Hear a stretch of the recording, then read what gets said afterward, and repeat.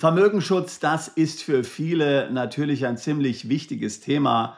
Man fürchtet die Übergriffigkeit des Staates. Man sieht, welche Entwicklungen es hier so in der EU gibt. Man möchte das eigene Vermögen in Sicherheit bringen. Und immer wieder werden hier Vereine in diesem Kontext genannt, wie toll angeblich Vereine für den Vermögensschutz sind, als billige, günstige Alternative zu einer Stiftung. Warum das in der Theorie alles ganz toll klingt, in der Praxis aber meistens ein Rohrkrepierer ist, das will ich dir in diesem Video einmal gerne erklären. Das Thema Vermögensschutz ist natürlich auch ein sehr wichtiges Thema bei unseren Seminaren, bei unseren Events. Jetzt Ende November 2024 haben wir zum Beispiel ein Plan B Schweizer Taschenmesser-Seminar in Zürich, wo wir sehr detailliert genau über solche Aspekte wie auch Vereine, Stiftungen oder andere Unternehmensformen sprechen werden. Wenn das also ein Thema ist, was dich umtreibt, würde ich mich freuen, dich dort zu treffen. Wie immer kann dein Ehepartner, Lebenspartner, Geschäftspartner ohne Aufpreis mitkommen. Alle weiteren Details hier in der Beschreibung im ersten Kommentar zu diesem Video. Man findet im Internet so alle möglichen Beratungsangebote von mehr oder weniger seriösen Beratern, die so diese Vereinslösung ganz hochhalten und sagen, das ist ein dolles Ding. Damit kannst du dein Vermögen wirklich schützen. Warum willst du eine teure Stiftung gründen, wenn du auch einen Verein gründen kannst?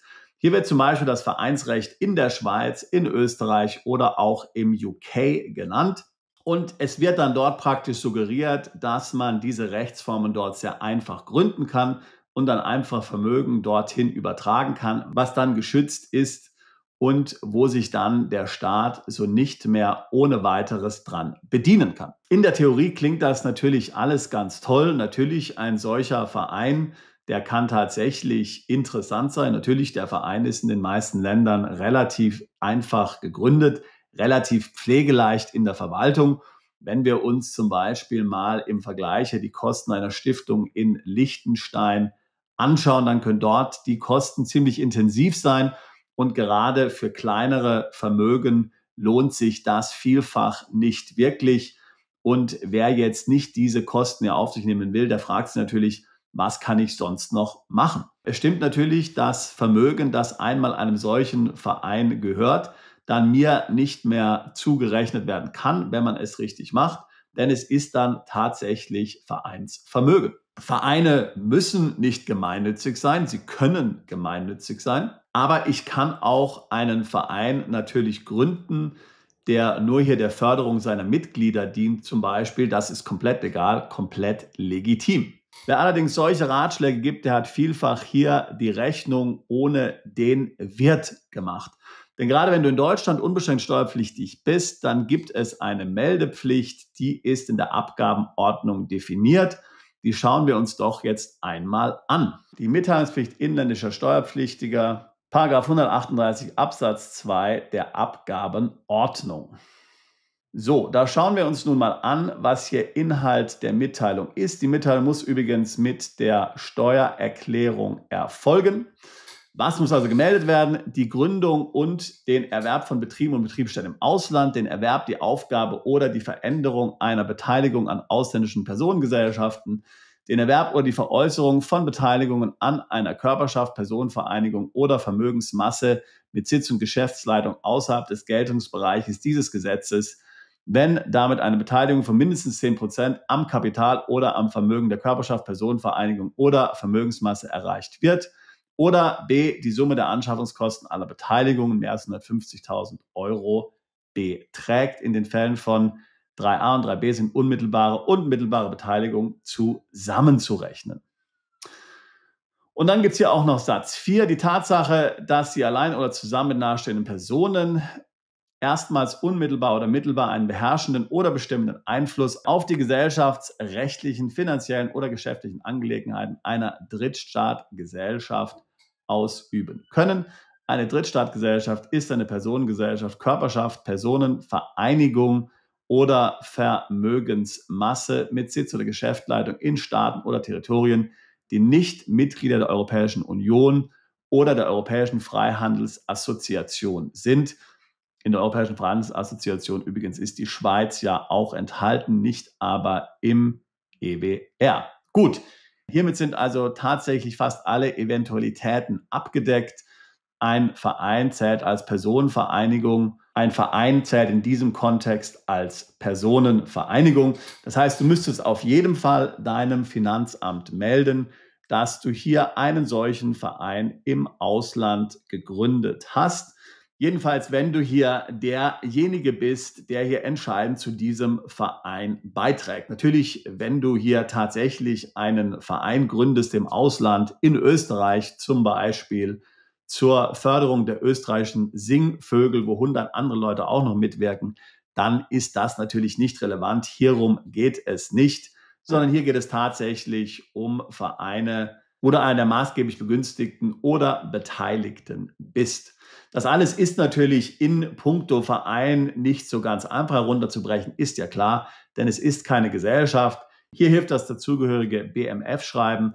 Das heißt, diesbezüglich solltest du dir dieses auf jeden Fall anschauen und natürlich auch dich steuerlich von deinem Steuerberater beraten lassen. Aber der Punkt, den ich machen will, ist, du musst diese Gründung letztlich hier dem Finanzamt anzeigen. Das heißt, das Finanzamt wird dann von dir alle möglichen Details tatsächlich wissen wollen zu diesem Verein. Wird jetzt dieser Verein letztlich komplett von Deutschland aus verwaltet, das heißt zum Beispiel durch dich, gibt es dort im Ausland praktisch nichts, handelt es sich sozusagen um einen Briefkastenverein, dann ist aus steuerlicher Sicht dieser Verein hier einfach nicht existent. Das heißt, in der steuerlichen Berücksichtigung wird dann einfach die darunterliegende Ebene, das heißt der Begünstigten des Vereins, vom Finanzamt angeschaut. Jetzt schauen wir uns einmal an, was passiert, wenn du Vermögen in diesen Verein hineingibst. Grundsätzlich ist hier Schenkungssteuer in Deutschland fällig, auch wenn der Beschenkte im Ausland ist, denn für die Schenkungssteuer haftet in Deutschland der Schenkende und der Beschenkte. Ist der Verein natürlich gemeinnützig, dann wird auch bei einem ausländischen Verein keine Schenkungssteuer fällig. Auch hier ist natürlich wichtig, dass dann der Verein diese Spende nur verwenden kann für gemeinnützige Zwecke. Nur dann ist es nämlich im Verein steuerfrei, sonst muss der Verein wiederum darauf Steuern bezahlen. Das heißt, wenn du jetzt den Verein im Grunde genommen gegründet hast, um selbst hier zu profitieren, um selbst die Mittel zum Beispiel aus dem Verein zu bekommen, kann das Ganze ziemlich schnell sehr kompliziert werden und meistens beißt sich das mit der Gemeinnützigkeit. Das heißt, vielfach ist die Gemeinnützigkeit in der Praxis tatsächlich nicht möglich. Denn das Ganze wird ja auch regelmäßig hier von den Behörden überprüft. Möglicherweise gibt es eben auch andere Wege, hier entsprechend dann Mittel an den Verein zu übertragen. Also zum Beispiel, man hat eine Auslandsgesellschaft, an die man dann selbst Vermögen abführt und diese Auslandsgesellschaft macht dann zum Beispiel die Spende an den Verein. Dann könnte das möglicherweise Schenkungssteuer technisch funktionieren. Aber auch hier gelten natürlich dann wieder die gesamten Auflagen, von denen ich vorhin gesprochen habe. Betriebsstätte im Ausland, keine Geschäftsleitung in Deutschland, Meldepflichten und so weiter und so fort. Ja. Das heißt, in der Praxis mag vieles in puncto Vermögensschutz und Verein tatsächlich möglich sein, wenn man es richtig macht, aber der Aufwand ist doch ziemlich groß. Das heißt, so die Annahme, dass das alles ohne Aufwand geht und dass man sich Aufwände wie zum Beispiel für eine Stiftung sparen kann, das ist vielfach nicht die Realität. Und wie gesagt, da du es dem Finanzamt ohnehin melden musst, kannst du davon ausgehen, dass die das Ganze natürlich sehr regelmäßig und sehr genau prüfen werden.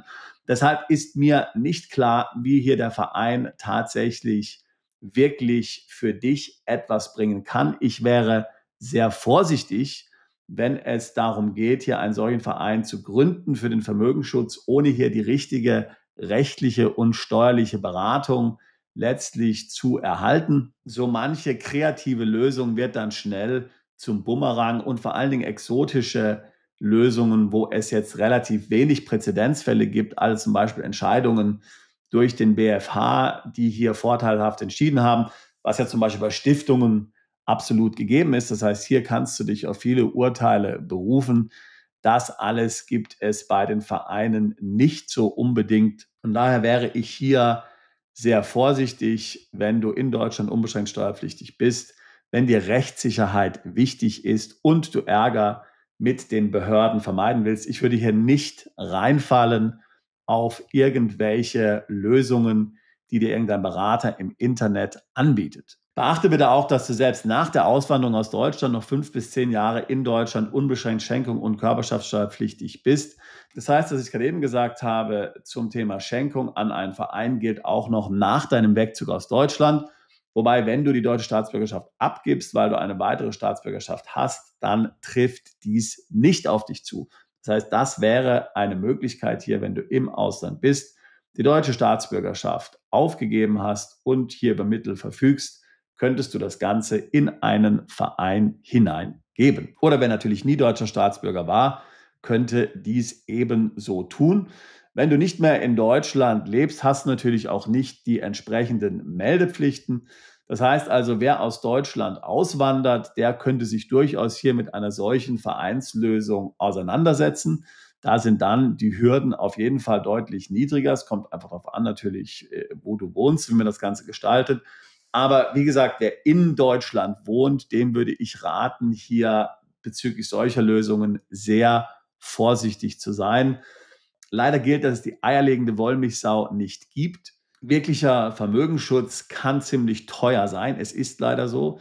Es gibt natürlich einen Grund, warum sich die Stiftung so bewährt hat. Wer sich keine Stiftung in Liechtenstein leisten möchte, kann sich vielleicht auch die Deutsche Familienstiftung anschauen. Diese könntest du ja selbst verwalten. Dort gibt es auch ein sogenanntes Steuerklassenprivileg. Das heißt, du kannst hier steuergünstig schenken, selbst wenn die Stiftung nicht gemeinnützig ist. Ja. In manchen Zusammenhängen kann diese Stiftung wirklich Sinn machen. Wenn auch du dich mit dem Thema Vermögensschutz beschäftigst und das etwas ist, was dich umtreibt und du dein Vermögen unbedingt vor der Zugrifflichkeit des Staates schützen möchtest, verständlicherweise, würde ich mich freuen, dich bei einem unserer Events zu sehen oder auch ein Beratungsgespräch zu buchen. Alle Details gibt es hier in der Beschreibung zu diesem Video und im ersten Kommentar, der gepinnt ist. Seit 20 Jahren machen wir nichts anderes, als Mandanten dabei zu helfen, ins Ausland umzuziehen, sich steuergünstig aufzustellen, einen Plan B zu entwickeln, Vermögen zu schützen, neues Vermögen aufzubauen. Ich würde mich freuen, auch dich alsbald zu unserer Mandantschaft zählen zu können. Bist du Unternehmer, Freiberufler oder Investor? Zieht es dich schon lange ins Ausland? Mach heute den ersten konkreten Schritt in eine Zukunft mit mehr Geld und mehr Freiheit. Buche ein Beratungsgespräch mit Sebastian und seinen Kollegen. Unsere Kanzlei unterstützt Mandanten wie dich dabei, deine Steuerlast legal zu reduzieren, Vermögen aufzubauen und zu schützen und deine persönliche Freiheit zu maximieren. Profitiere jetzt von unserem Fachwissen und unserem Netzwerk. Gehe zu mandatierung.com und werde Mandant unserer Kanzlei.